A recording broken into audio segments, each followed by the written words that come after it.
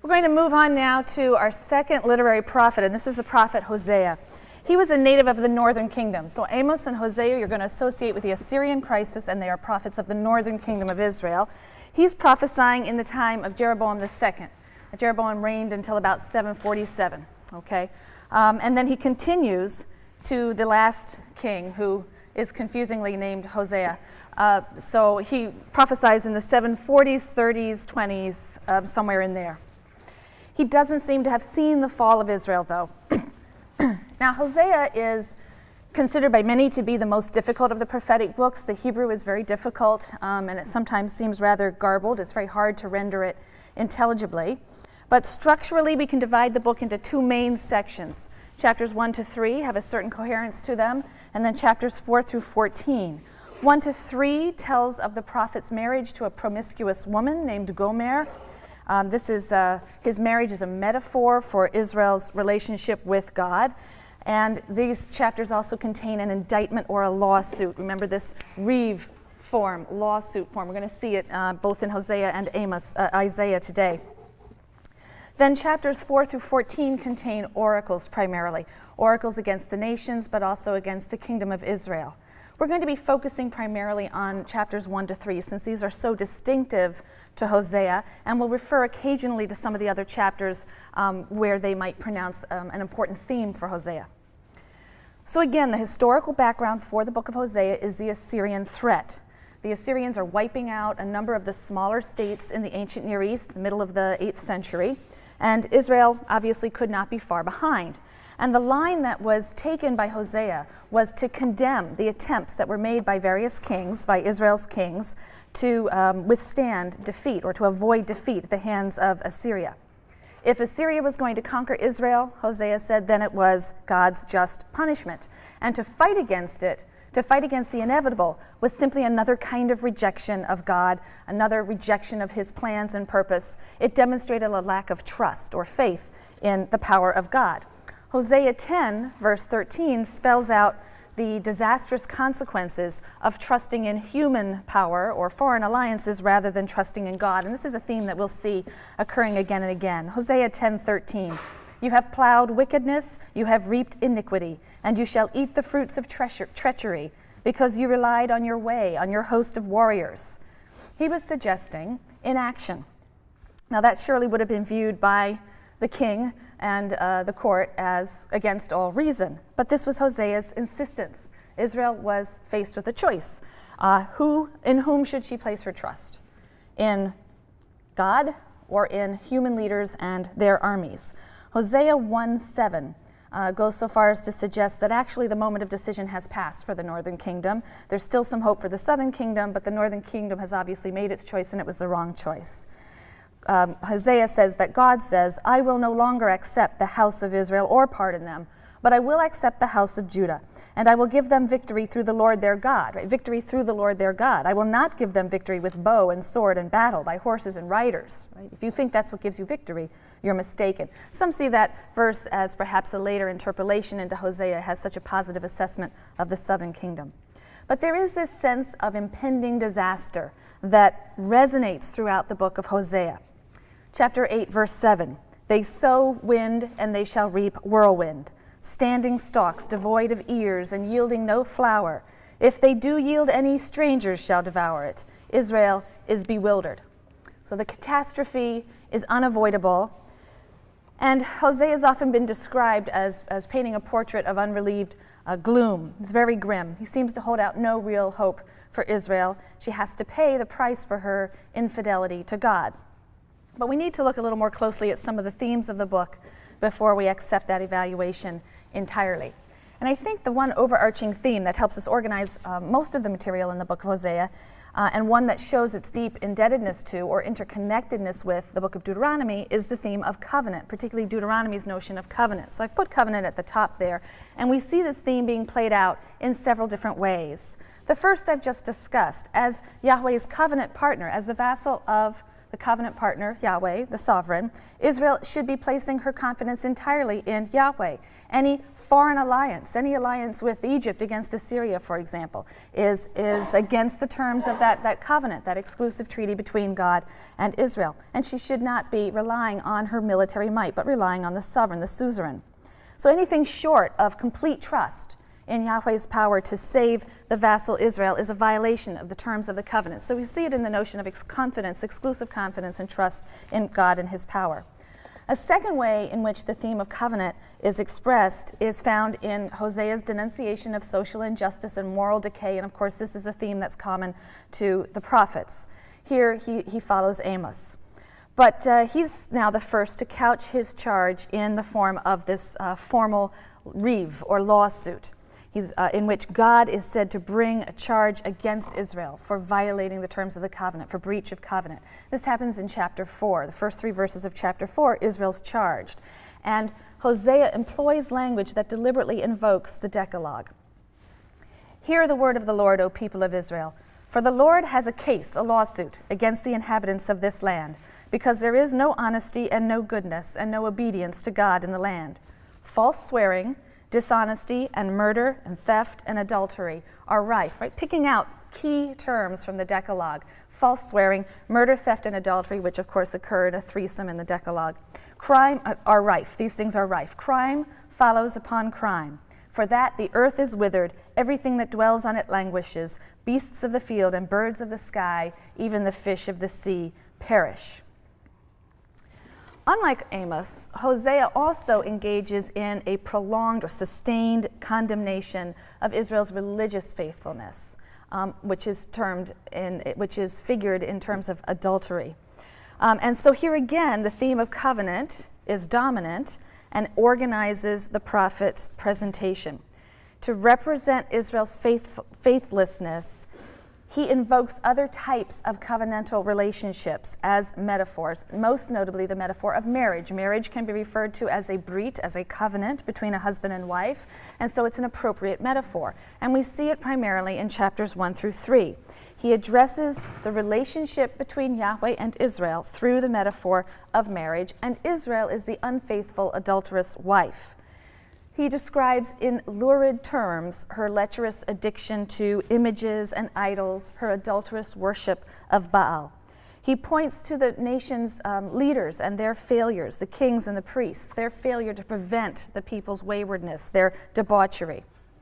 The first chapter is reported in the third person, and this contains God's command to Hosea to marry a promiscuous woman as a symbol of God's own marriage with a faithless wife, Israel. Go get yourself a wife of whoredom and a children of whoredom, for the land will stray from following the Lord. So he marries this woman named Gomer, and she bears 3 children who have very inauspicious names. These names are symbolic of God's anger over Israel's religious infidelity. Jezreel because God plans to punish Jehu for his slaughter of the house of Ahab. Even though Ahab was no favorite of God, you still should not raise your hand against the Lord's anointed. And so Jehu will have to be, Ahab will have to be avenged. Jehu will have to be punished at Jezreel, which is where the murder happened. Lo ruchama, which means not loved, not forgiven, because God will no longer love or forgive or pardon the house of Israel. And the third child's name is Lo ami, not my people, a sign that God has dissolved the covenant bond. He's rejected Israel as his people, divorced Israel. There really could be no more stark and shocking denial of the covenant than this. Chapter 3 contains a Hosea's first person account of God's command to him. There it said that God commands him to befriend, although he seems to hire, a woman on condition that she not consort with others. The woman again symbolizes Israel, who's brought into an exclusive relationship that requires her to remain faithful to one party, in contrast to her customary behavior. And then sandwiched between chapter 1 and chapter 3, both of which have the accounts of these relationships that are metaphors for God and Israel's relationship, sandwiched between them is the almost schizophrenic chapter 2. it contains, again, this sustained, violent, very violent account on the faithless wife, on faithless Israel, and God's formal declaration of divorce. She is not my wife, and I am not her husband. This would affect a divorce, the statement uttered by a husband. We have that in verse 4. And yet, this chapter also contains a very gentle and very loving portrait of reconciliation.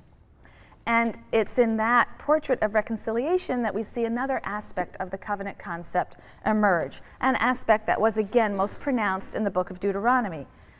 As Israel's covenant partner, God loves Israel, and he actually longs for her faithfulness. This steadfast covenantal love, one of the words that's used repeatedly is chesed, but it refers to a special kind of steadfast love, loyal love. This covenantal love will reconcile God to wayward Israel, just as Hosea is reunited or reconciled with his faithless wife.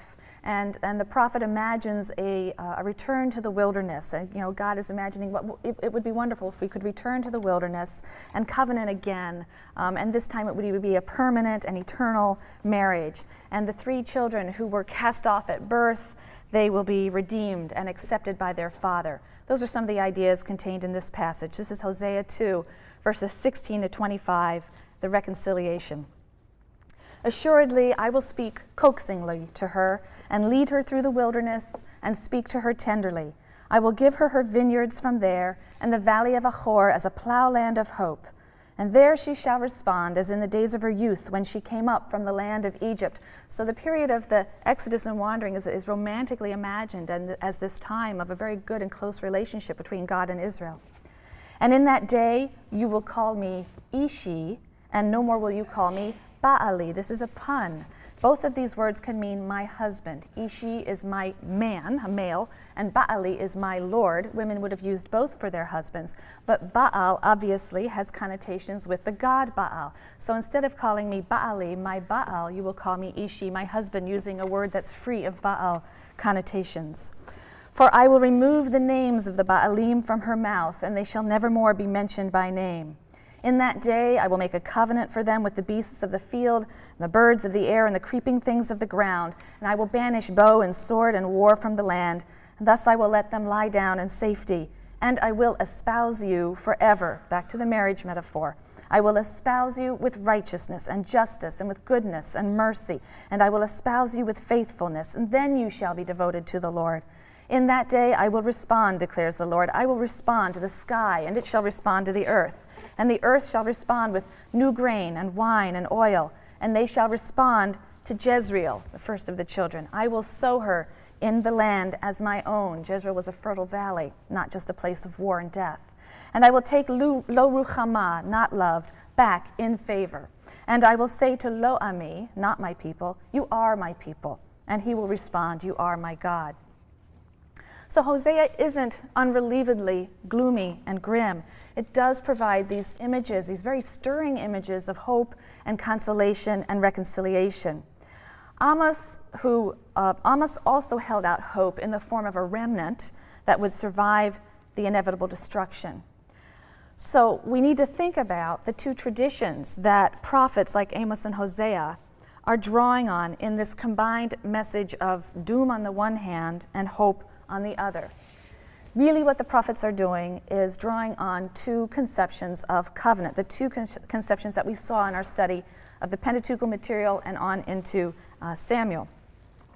On the one hand, they recognize the unconditional and eternal, irrevocable covenant, right, that God established with the patriarchs, as well as the eternal covenant with David, with the house of David. Those covenants were the basis for the belief that God would never forsake his people. But on the other hand, of course, they place emphasis on the covenant at Sinai. It's a conditional covenant. It requires the people's obedience to moral, religious, and civil laws in the covenant code, and it threatens punishment for their violation. So the prophets are playing with both of these themes. Israel has violated the Sinaitic covenant, and the curses that are stipulated by the covenant must follow: national destruction and even exile. They will follow. They have to. But alienation from God is not and never will be complete and irreparable because of the unconditional covenant, the covenant with the patriarchs, the covenant with the house of David. So Israel will be God's people forever despite temporary alienation.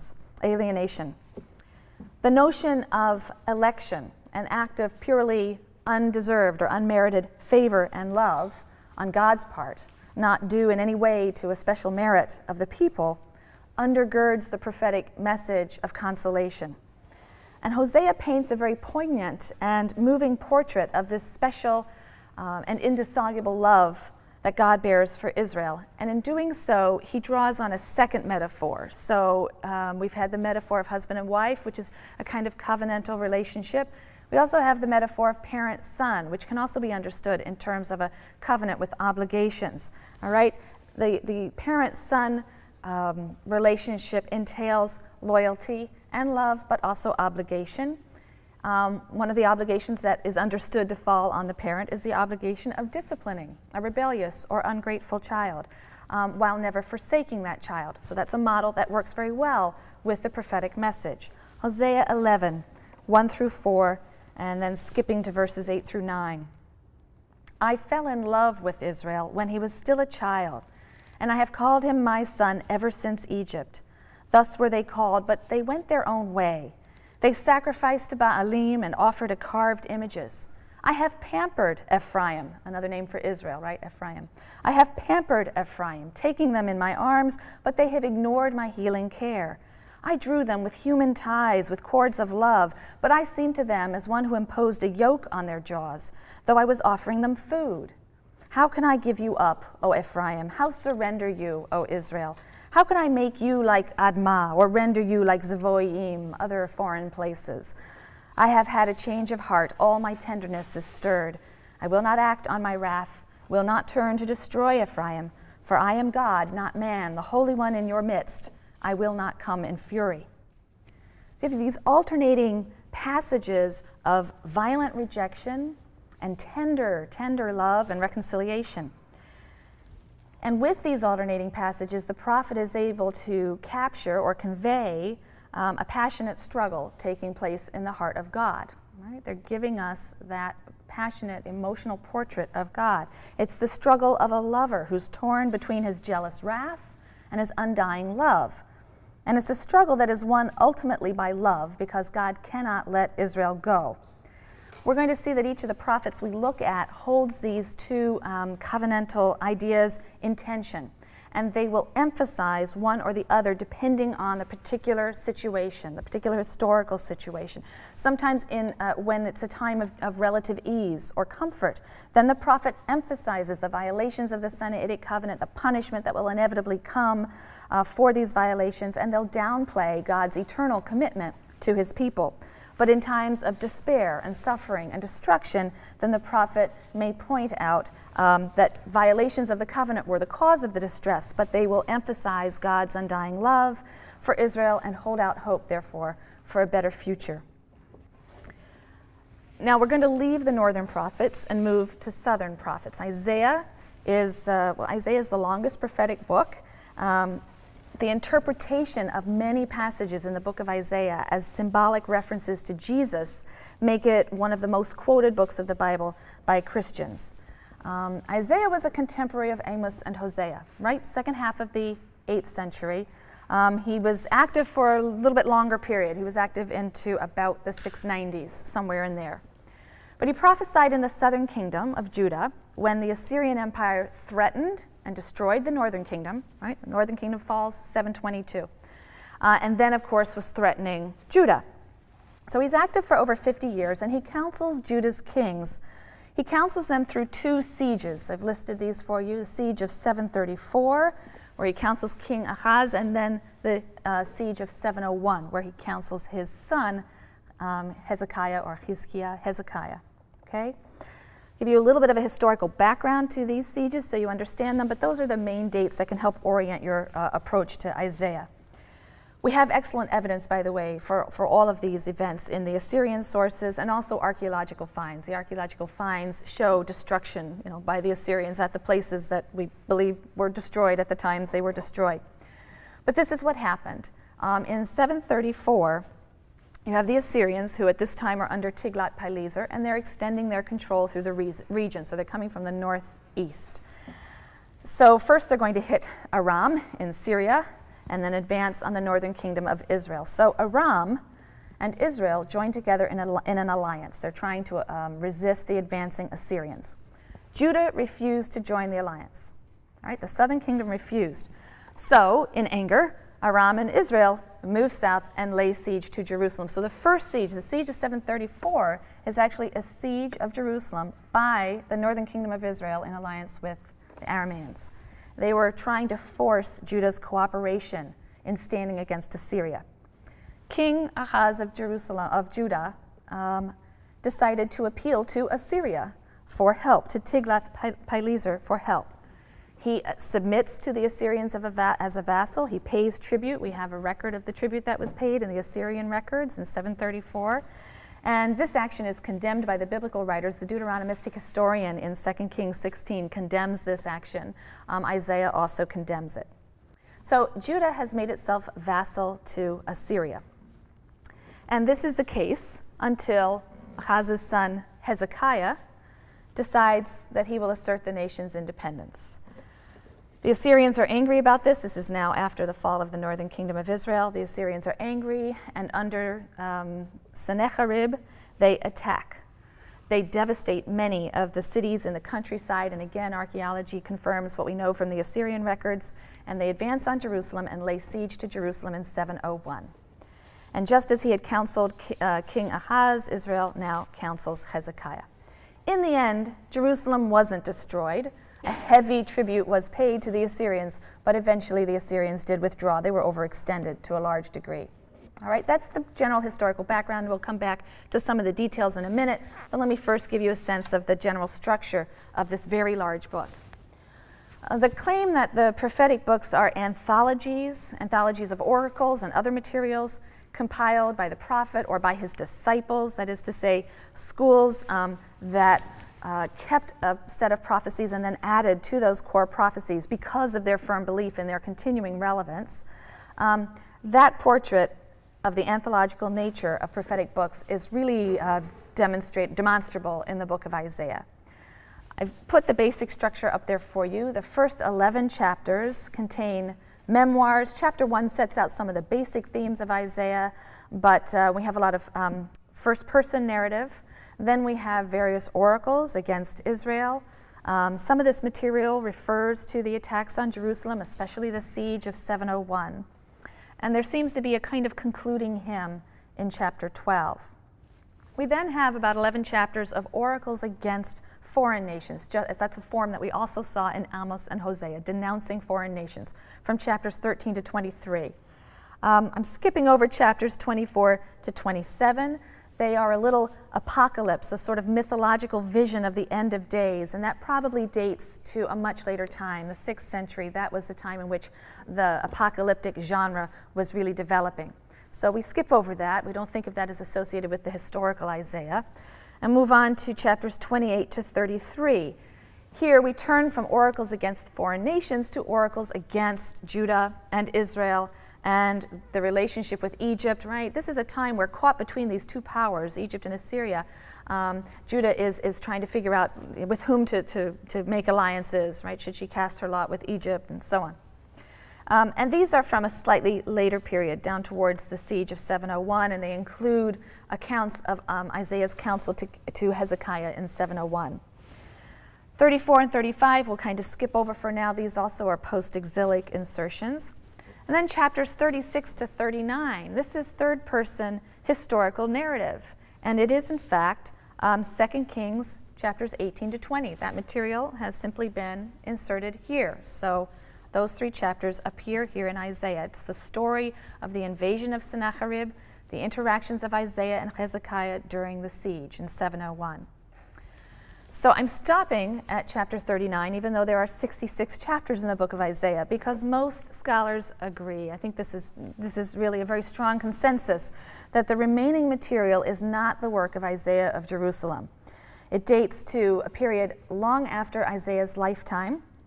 I've already mentioned the apocalypse, which we think was probably from the 6th century. That's embedded in there, chapters 24 to 27. But the remaining material we speak of in two main sections. We refer to these as 2nd Isaiah and 3rd Isaiah. Chapters 40 to 55, which we refer to as 2nd Isaiah, assume a historical setting which is in which Babylon is dominating, not Assyria. And so we see that as coming at a much later time. Chapters 56 to 66 we refer to as 3rd Isaiah. This material contains oracles that are spread throughout the 8th to the 5th centuries. So we'll consider those on another occasion in their proper historical context. Right now we're looking at the material that is most likely attributable to 1st Isaiah, to Isaiah of Jerusalem. The book also contains material that is a repetition of material found elsewhere. I've already noted 2 Kings 18 to 20 appears here, but in addition you have snatches of verses that appear in other places. So Isaiah 2 verses 2 to 4 are found in Micah, the book of Micah 4 verses 1 to 4. Jeremiah 48 is essentially equivalent to Isaiah 15 and 16. So this kind of repetition among or between different books illustrates, again, the anthological nature of the prophetic corpuses, right? The prophetic corpus, that these were works that were compiled from material that sometimes circulated in more than one school.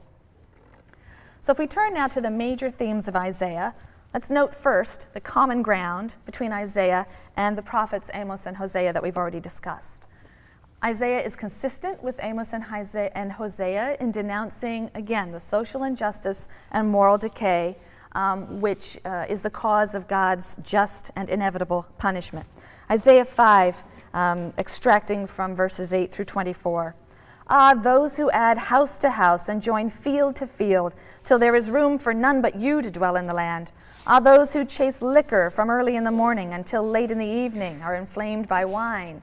Ah, those who vindicate him who is in the wrong in return for a bribe, and withhold vindication from him who is in the right. He joins Amos in the assertion that cultic practice without just behavior is anathema to God. Isaiah 1, verses 10 to 17. Hear the word of the Lord, you chieftains of Sodom. Give ear to our God's instruction, you folk of Gomorrah. Right? So he's referring to his fellow countrymen as Sodomites, or people of Sodom and Gomorrah, who of course were the paragons of immoral behavior. What need have I of all your sacrifices, says the Lord? I am sated with burnt offerings of rams and suet of fatlings and blood of bulls, and I have no delight in lambs and he-goats. Your new moons and fixed seasons fill me with loathing. They are become a burden to me. I cannot endure them. And when you lift up your hands, I will turn my eyes away from you. Though you pray at length, I will not listen. Your hands are stained with crime. Wash yourselves clean. Put your evil doings away from my sight. Cease to do evil, learn to do good. Devote yourselves to justice, aid the wronged, uphold the rights of the orphan, defend the cause of the widow.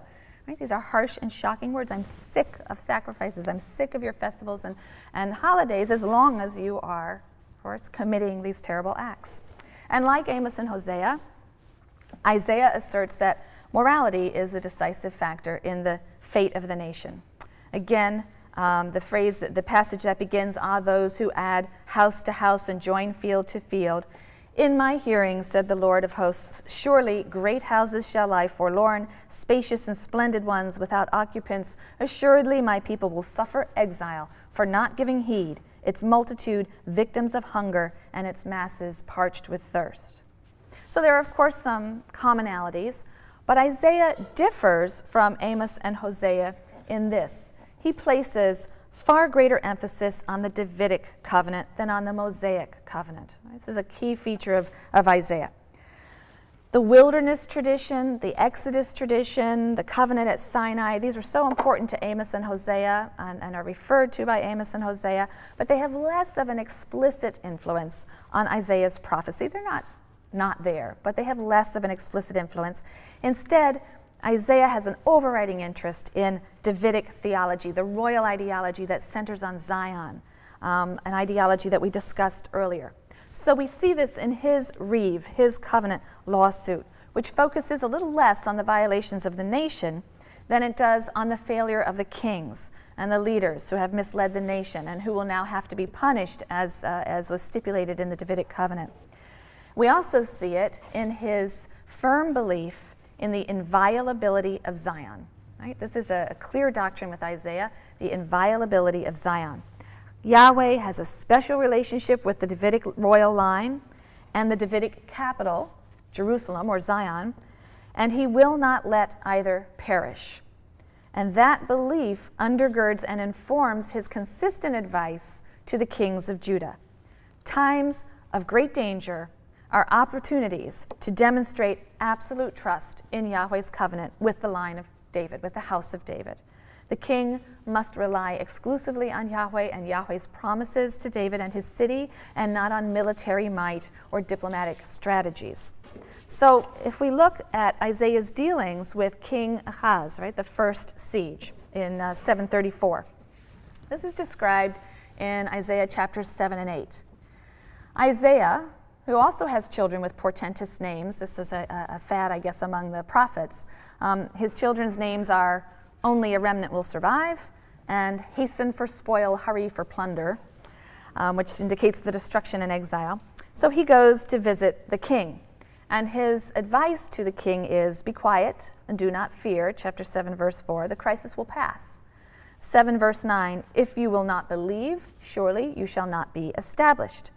This is an evocation of Zion theology. God is in the midst of the city. That means the Lord of hosts is with the people. Isaiah then offers Ahaz a sign of the truth of his prophecy. And that is, namely, that a young woman who has conceived will bear a son and will call him Emmanuel.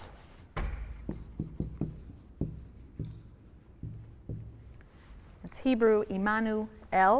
God is with us. Immanu is with us, El. So this woman who has conceived will bear a son and will call him Emmanuel. This is in 7 verse 14. Now in the New Testament, Matthew in chapter 1 verses 22 to 23 takes this verse as a prophecy of the birth of Jesus. This is based on a Greek mistranslation of the word young woman as virgin. The Hebrew term that's used is not in fact the term for virgin, but it was translated into the Greek with the term that can mean virgin.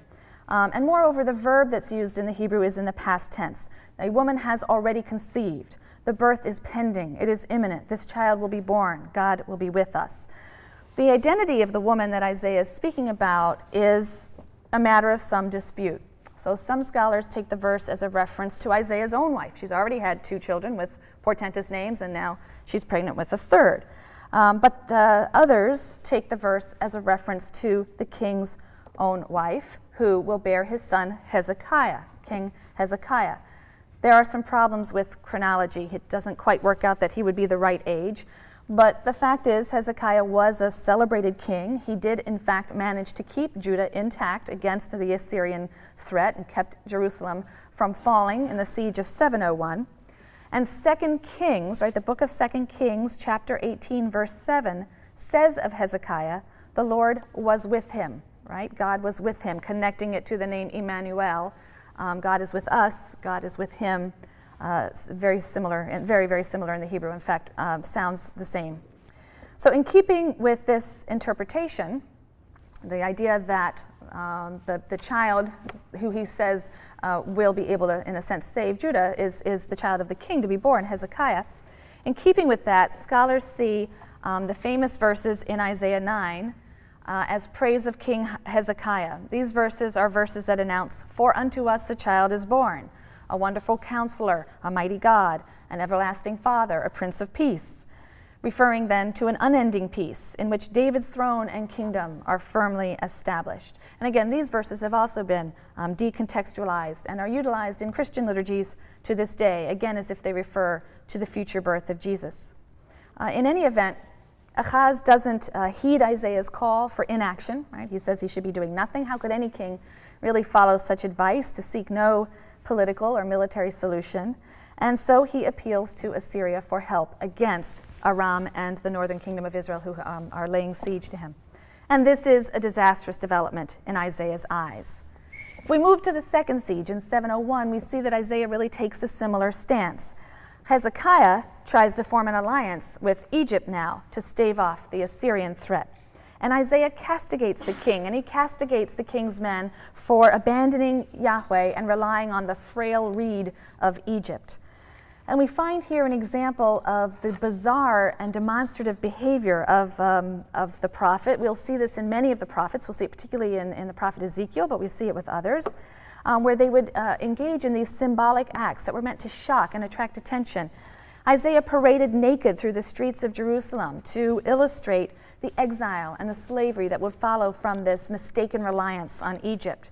He denounces the political advisors who counsel the king to form an alliance with Egypt because they are simply trusting in horses and chariots rather than God. And Isaiah counsels differently. He says, "For the Egyptians are man, not God, and their horses are flesh, not spirit." Chapter 31, verse 3, the king should simply trust in God. In the narrative account that we have of the siege of 701, that's found in chapters 36 and 38, it's also duplicated in 2 Kings. Isaiah counsels Hezekiah when the siege is underway not to capitulate to the Assyrians. This might seem to contradict his earlier message that Assyria was the rod of God's anger, and that Hezekiah should not resist. But in fact, there's a basic consistency to Isaiah's counsel. Just as his earlier counsel to trust in God rather than Egypt was based on his trust in God's promises to David and the inviolability of the royal city, so now his counsel to resist, not to open the doors of the city to the Assyrians, is based on his belief that Yahweh could not possibly intend to destroy his royal city. Isaiah 37, verses 33 to 35. "Assuredly, thus said the Lord concerning the king of Assyria, he shall not enter this city. He shall not shoot an arrow at it, or advance upon it with a shield, or pile up a siege mound against it. He shall go back by the way he came. He shall not enter this city, declares the Lord. I will protect and save this city for my sake and for the sake of my servant David." Right? Again, for the sake of the Davidic Covenant. And the fact that Jerusalem did, in fact, escape destruction after this terrifying siege by the Assyrians only fueled the belief in the inviolability of David's city, Zion. Isaiah 6 contains a striking account of the call of Isaiah. Many of the prophetic books will feature some passage which refers to the prophet's initial call. And it's something we might expect to find at the beginning of the book. So obviously chronology is not the organizing principle in the book of Isaiah. But I want to draw your attention to God's extraordinary message to Isaiah at the time of his call or commission. "Go and say to that people, hear indeed, but do not understand. See indeed, but do not grasp. Dull that people's mind, stop its ears, and seal its eyes, lest seeing with its eyes and hearing with its ears, it also grasp with its mind and repent and save itself." Well, there's a nice literary chiasm before we get to the substance of it. In the last line, you have heart, ears, and eyes, and then these are repeated, but in reverse order, eyes, ears, and heart. But in this passage, we return to the kind of bleakness that we saw in Hosea. Destruction is inevitable. God's message by his prophet will not be understood. And indeed, God will see to it that the people do not understand the message. They do not heed the call to repent, do not save themselves, and so do not escape God's just punishment. It's a fascinating, if theologically difficult, passage. God tells Isaiah to prevent the people from understanding, lest through their understanding they turn back to God and save themselves. And again, we see God, or perhaps his prophet, caught in the tension between God's justice and God's mercy.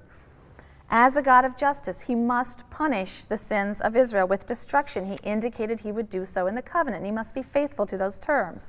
But as a God of mercy, he wishes to bring his people back. He wishes to send them a prophet to warn them of the impending doom and urge them to repent so that he can forgive them and renounce his plan of destruction. Yet how can he both punish Israel and so fulfill the demands of justice, and yet save Israel and so fulfill the demands of mercy and love? Verses 12 and 13 in chapter 6 answer this question with an idea that we've seen a little in Amos and Hosea. When Isaiah asks how long the people will fail to hear, fail to understand, to turn back to God and save themselves, God replies, "Till towns lie waste without inhabitants and houses without people, and the ground lies waste and desolate. For the Lord will banish the population, and deserted sites are many in the midst of the land. But while a 10th part yet remains in it, it shall repent. It shall be ravaged like the terebinth and the oak, of which stumps are left even when they are felled, and its stump shall be a holy seed. So God will punish.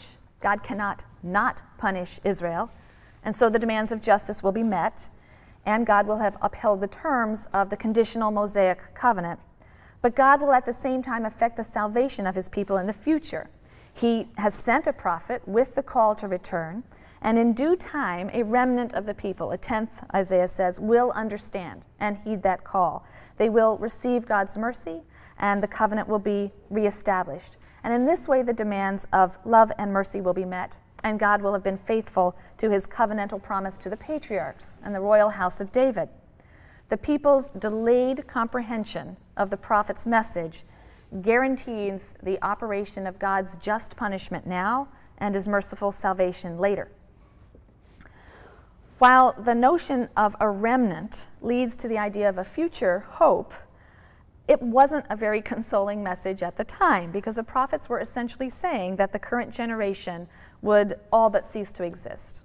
Isaiah 10, verses 21 to 23, only a remnant shall return, only a remnant of Jacob to mighty God.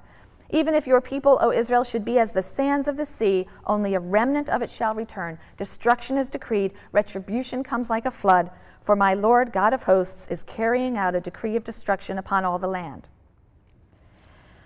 Well, we've seen that the prophet's message of destruction and punishment and doom is very often accompanied by, often alternates with a message of consolation and a promise of restoration of a purged or purified remnant in the land of Israel. This is where the prophets differ from the Deuteronomistic historian.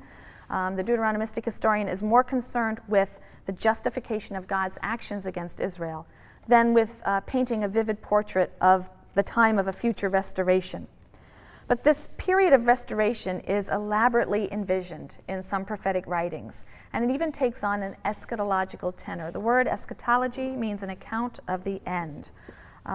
So in some of them, this becomes an eschatological vision, that this is what the restoration will happen at the end of days, and the restoration will bring about some sort of perfect end time.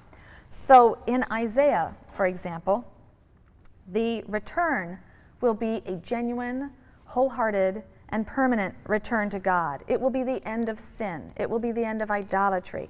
All the nations of the earth will recognize the Lord of history. A new epoch will open in world history. It's an enormous transformation. And Isaiah is the first to envisage this kind of transformation, the end of the dominion of idolatrous nations. When God comes to Jerusalem to save the remnant of Israel and gather in the dispersed exiles, it will be a theophany, a self-revelation of God of worldwide scope. Isaiah 2, verses 2 to 4. In the days to come, the mount of the Lord's house shall stand firm above the mountains and tower above the hills. So this little hill, if you've ever been there, it's really not very big, that the temple stood on will tower like some large, impregnable mountain over all other hills and mountains, and all the nations shall gaze on it with joy. And the many peoples shall go and say, come, let us go up to the mount of the Lord, to the house of the God of Jacob, that he may instruct us in his ways, and that we may walk in his paths.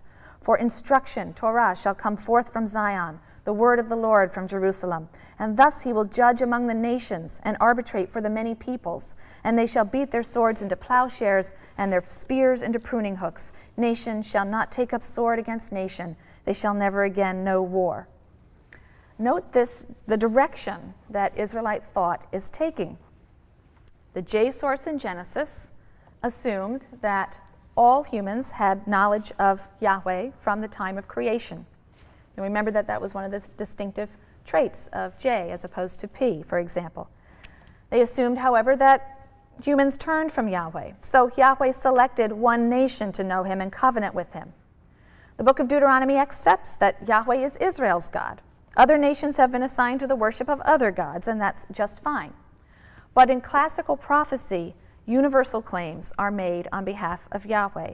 According to the prophets, God will make himself known to all the nations, as he once did to Israel. and the universal worship or recognition of Yahweh will be established at the end of days. This is a very different idea. And so, as a consequence of this idea, the very notion of Israel's election is transformed by the prophets. In the Torah books, the election of Israel means simply God's undeserved choice of Israel as the nation to know him and bind itself in covenant to him. But in the prophetic literature, Israel's election is an election to a mission. Israel was chosen so as to be the instrument of universal redemption, universal recognition of Yahweh. When God comes finally to rescue the Israelites, he will simultaneously reveal himself to all of humankind. They'll abandon their idols, they'll return to him, a messianic period of peace will follow. And eventually, we're going to see the idea that the mission for which Israel was elected was to become a light unto the nations. This is a phrase that we're going to see in other parts of Isaiah, Isaiah 49, Isaiah 51, later. The royal ideology of Judah plays an important role in the eschatological vision of Isaiah because this new, peaceful, righteous kingdom is going to be restored by a Davidite. It's going to be restored by a king from the branch of Jesse. David's father's name was Jesse, so when you say the branch from the stump of Jesse, then you're referring to a Davidite. Isaiah 11 refers to the restoration of the Davidic line, which implies that it had been temporarily interrupted. So Isaiah 11 may be post-exilic. It may date from a time when people were hoping for a Messiah to arise and restore the line of David. Isaiah 11, verses 1 to 12 and 16. But a shoot shall grow out of the stump of Jesse, a twig shall sprout from his stalk. The Spirit of the Lord shall alight upon him, a spirit of wisdom and insight, a spirit of counsel and valor, a spirit of devotion and reverence for the Lord. He shall sense the truth by his reverence for the Lord. He shall not judge by what his ears perceive. Thus he shall judge the poor with equity and decide with justice for the lowly of the land. He shall strike down a land with the rod of his mouth and slay the wicked with the breath of his lips. Justice shall be the girdle of his loins, and faithfulness the girdle of his lips. The wolf shall dwell with the lamb, the leopard lie down with the kid, the calf, the beast of prey, and the fatling together, and a little boy to herd them. The cow and the bear shall graze. The bear is vegetarian now, not killing the cow, but eating the grass with the cow. Their young shall lie down together, and the lion, like the ox, shall eat straw.